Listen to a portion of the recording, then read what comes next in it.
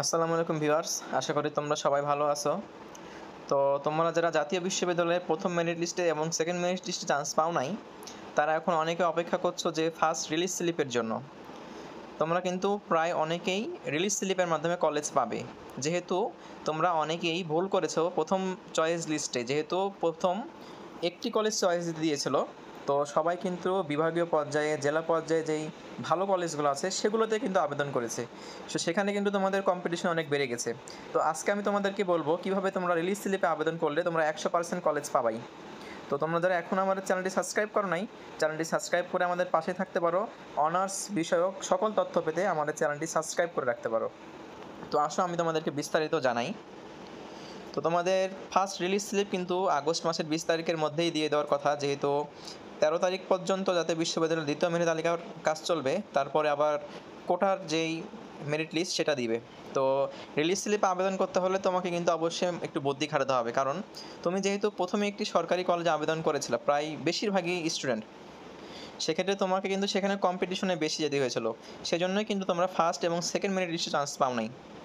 তো তোমরা এবার যারা রিলিজ স্লিপে আবেদন করতে চাইবা, তো রিলিজ স্লিপে আবেদন করার সময় তোমরা দেখবা যে কোন কলেজে সিট বেশি ফাঁকা আছে। তোমরা যেহেতু রিলিজ স্লিপে আবেদন করার সময় কলেজ ক্লিক করলে কিন্তু দেখা যাবে যে এই কলেজে এই সাবজেক্টে এতগুলো সিট ফাঁকা আছে।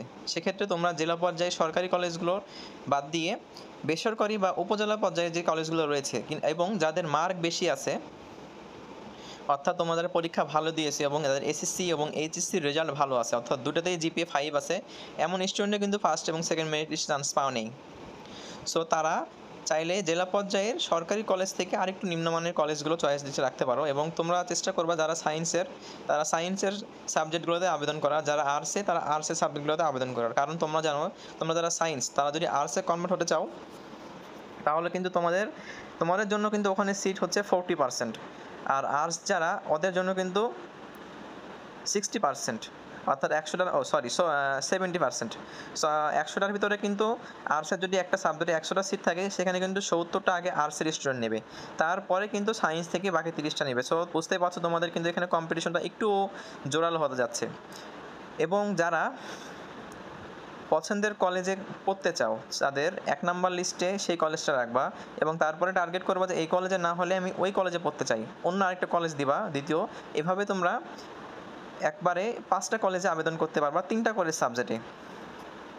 কিন্তু তোমরা যারা প্রথম এবং সেকেন্ড মেরিট লিস্টে কলেজ দেওয়ার পরেও চান্স পাও নাই, তারা কিন্তু এখন আর ওই কলেজ আবেদন করা নাই ভালো।